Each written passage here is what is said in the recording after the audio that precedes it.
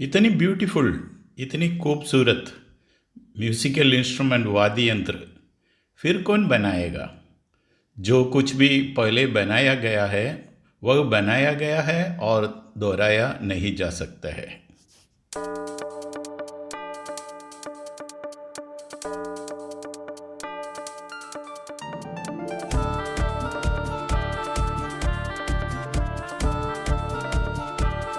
तो ये नया वीडियो में आपको हार्दिक स्वागत है।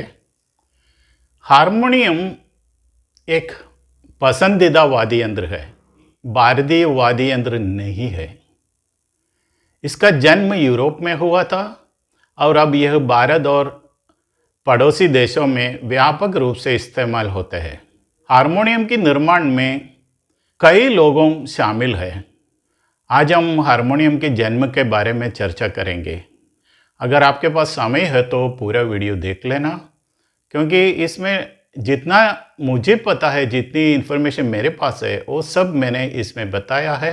हिस्ट्री है, कभी सही भी होता है, कभी गलत भी होता है। इतिहास के लिए कुछ श्योरिटी तो नहीं है। हारमोनियम बजाने वाले बहुत है, लेकिन उनके बारे में ज़्यादा जानने वाले कम है। कॉपीराइट के कारण मैं आपको ज़्यादातर तस्वीरों दिखा नहीं सकेगा, क्योंकि वो मेरे चैनल को ही बंद करेगा। हारमोनियम एक आदमी ने, किसी एक व्यक्ति ने नहीं बनाया है। बेशक हारमोनियम का निर्माण कई लोगों जैसे बौद्धिक विज्ञानी, ध्वनिकी विशेषज्ञ, वादक, गायक, संगीतकार, संगीत की वैज्ञानिक आदि के प्रयास या योगदान से हुआ है। चाइना में शेंग नाम का एक वाद्य यंत्र था, जिसमें मुक्त रीढ़, स्वर, सुर या पट्टी का उपयोग किया जाता था। फ्री रीढ़। पहले बांसुरी बनाने के लिए इस्तेमाल किया जाने वाले बांस का इस्तेमाल मुक्त रीढ़ बनाने के लिए किया जाता था। बाद में यह दादू का रीढ़ बन गया। पहले तो जो बाम्बू से रीढ़ बनाते थे, फिर ये मेटल पे आ गया, दादू में आ गया। फिर माउथ ऑर्गन और हारमोनिका आए। आपने देखा होगा माउथ ऑर्गन और हारमोनिका, उसके अंदर भी छोटा सा मेटल रीड्स है, दादू की रीड्स या पट्टी यूज़ किया हुआ है। एक जर्मन संगीतज्ञ थे, क्रिस्टियन गॉटलिब क्राटसेनस्टीन। शायद संगीत यंत्रों में बड़े आकार की फ्री रीड का उपयोग करने वाले पहले बौद्धिक विज्ञानी संगीतकार ये थे। उन्हें मुक्त फ्री रीड का मूल्य निर्माता कह सकता है। फर्स्ट टाइम जो फ्री रीड का निर्माण करने वाले, नहीं तो उनके उपयोग करने वाले आदमी थे क्रिस्टियन गॉटलिब। अब जो अपने हारमोनियम है, हारमोनिका है, एकॉर्डियन है आदि में जो व्यापक रूप से उपयोग किया जाता है, ऐसी फ्री रीड उसने डिज़ाइन किया था।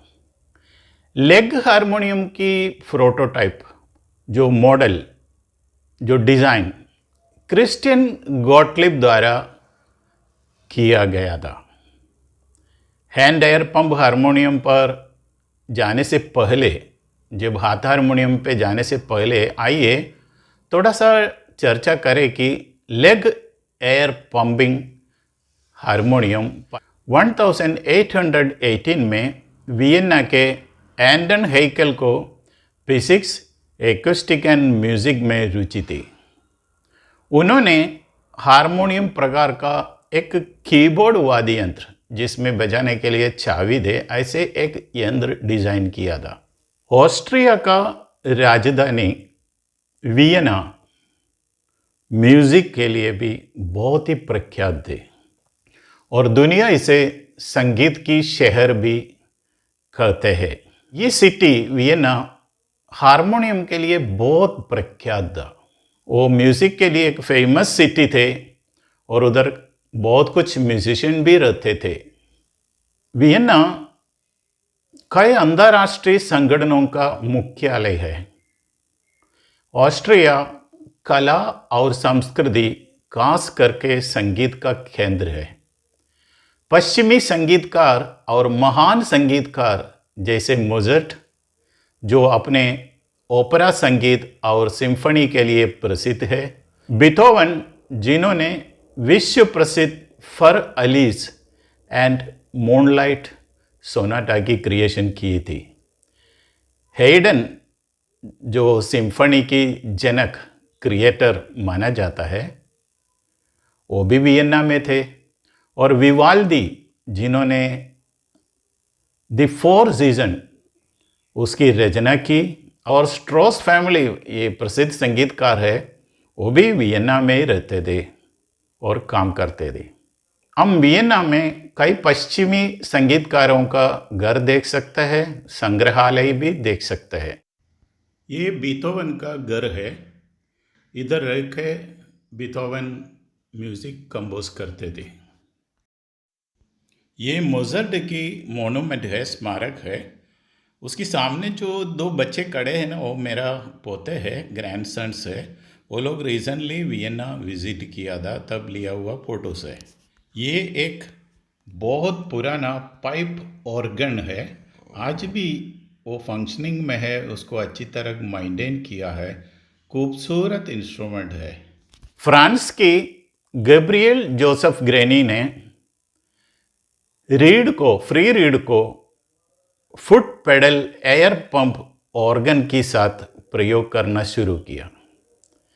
कई तस्वीरों और विवरणों देखने के बाद मेरी राय में Gabriel Joseph granny free read harmonium के सबसे बेहतरीन निर्माता थे। यहाँ उल्लेख करने योग्य एक और नाम है विक्टर मस्टल। उसने भी उनकी कंट्रीब्यूशन ये हारमोनियम की डेवलपमेंट में दिया हुआ है। फ्रांस ये पेरिस से हारमोनियम नाम का पेटेंट या रजिस्ट्रेशन 1840 या 1842 में अलेक्जेंडर फ्रांकोइस डेबियन कराया था। उस समय हाथ से हवा भरने वाला हारमोनियम या टेबल टॉप हारमोनियम नहीं होता था।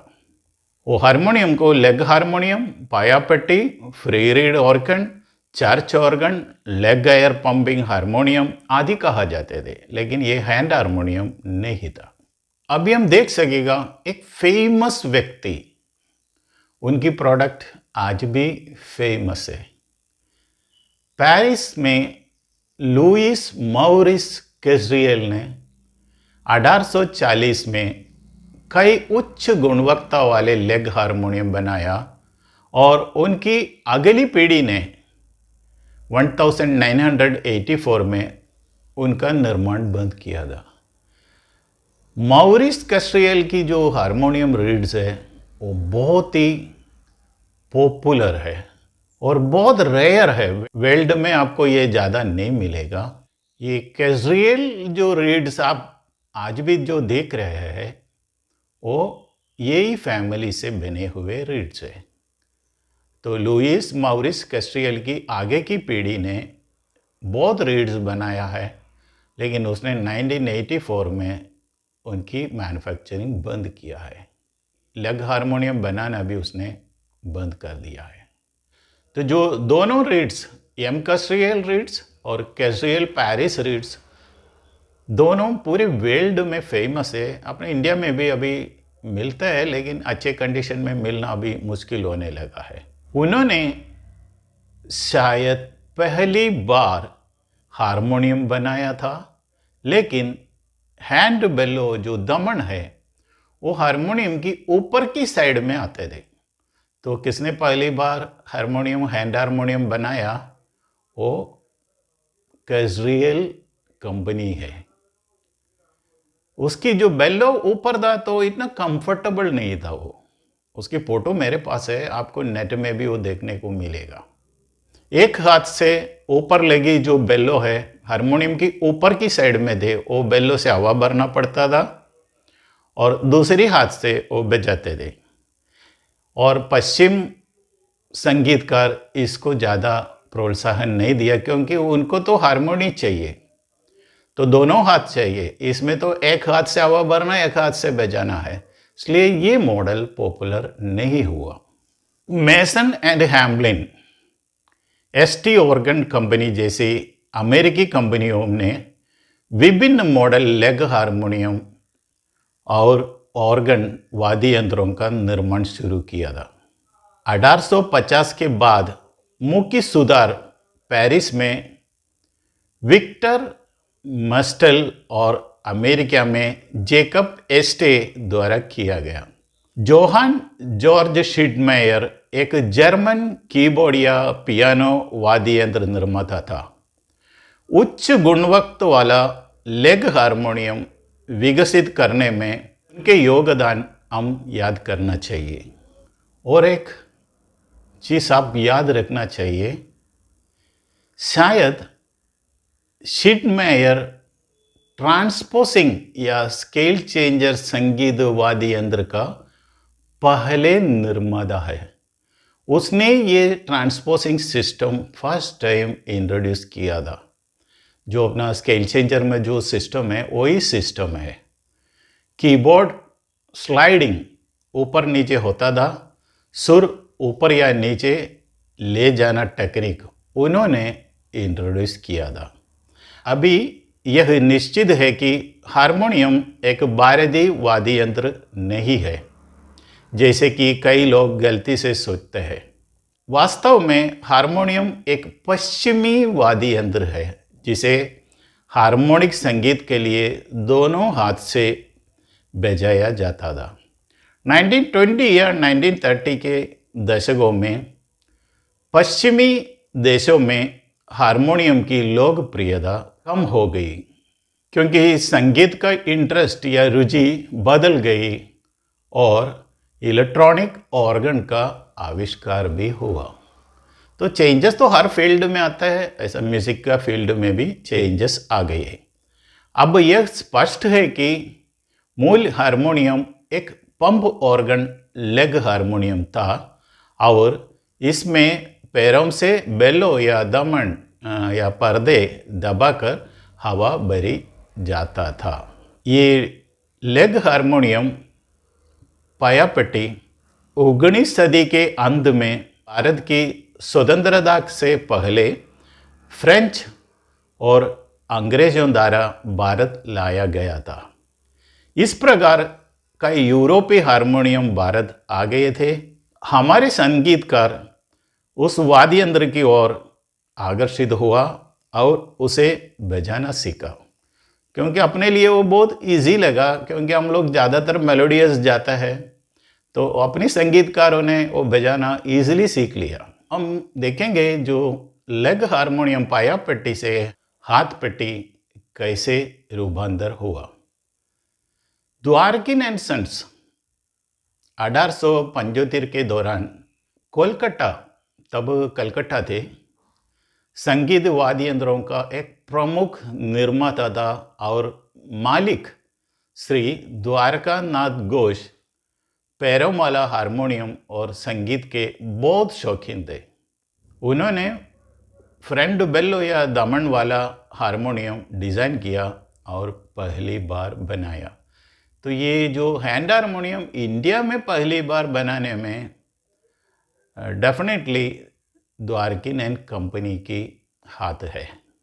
यह आकार में छोटा और एक जगह से दूसरी जगह ले जाने में आरामदायक होते हैं, क्योंकि ये लेग हारमोनियम में पायापट्टी और कहाँ भी लेके जाना बहुत मुश्किल है, लेकिन ये हाथ हारमोनियम, हैंड हारमोनियम, उसकी जो छोटा मॉडल है, कहाँ भी ले जाना इजी था। इसलिए उनके हाथ वाले हारमोनियम जल्द ही भारत में बहुत लोकप्रिय हो गया। संक्षेप में आज हम जो हैंड हारमोनियम देखते हैं वह दुनिया में कई लोगों की डिजाइन और रचनात्मकता है। लगभग 200 साल पहले लेग हारमोनियम, पायापट्टी, पगपट्टी, जिसे read organ, free read organ भी कहा जाते हैं, उनकी निर्माण किया गया था। इसने कई बार आकार बदला, जो पायापट्टी से इसकी रूप बहुत बार बदला।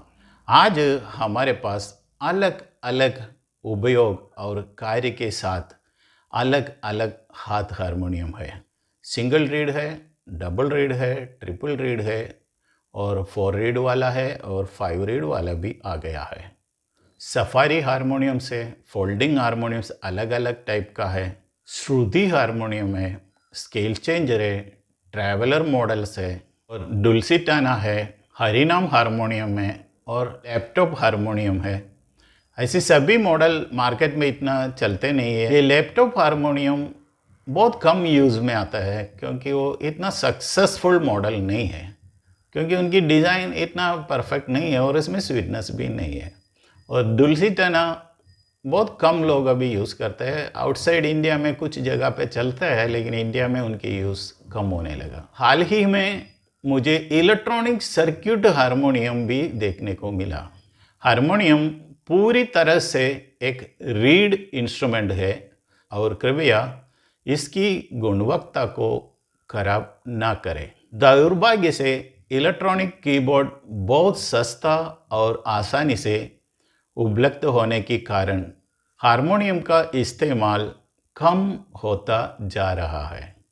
कई बड़ी हारमोनियम कंपनियों बंद हो गया है क्योंकि नए पीढ़ी हारमोनियम बनाने में इतना इंटरेस्टेड नहीं है और नए जो जनरेशन है, आज की जो जनरेशन है, उनको इलेक्ट्रॉनिक म्यूज़िकल इंस्ट्रूमेंट्स ज़्यादातर अच्छा लगता है। फिर भी मुझे उम्मीद है और आशा है हारमोनियम सालों और पीढ़ियों तक जिंदा रहेगा। ये वीडियो देखने के लिए धन्यवाद और एक वीडियो में जल्दी फिर मिलेंगे।